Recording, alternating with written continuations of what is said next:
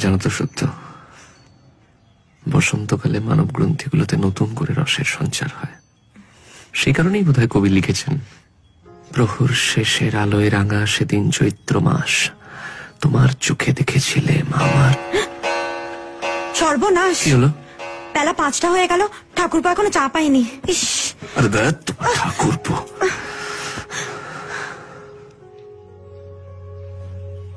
হ্যাঁ গো, আমাদের কাশ্মীর যাওয়ার কি হলো? ওফ বাবা, বড্ড খরচ সত্য। সে আমি জানি না, নিয়ে যেতেই হবে। কি করবো বলো, টাকা নেই যে। তাছাড়া তুমি দেখো বাইরে কি সুন্দর পলাশ, শিমুল, কৃষ্ণচূড়া ফুটেছে। আপাতত কলকাতাকেই ভূস্বর্গ বলে ধরে নেওয়া যাক, কেমন? খালি মিষ্টি মিষ্টি কথা। আমি কথা দিয়ে তোমার জন্য কাশ্মীর রচনা করে দিচ্ছি। এই সংসারের নিত্য খেলায় প্রতিদিনের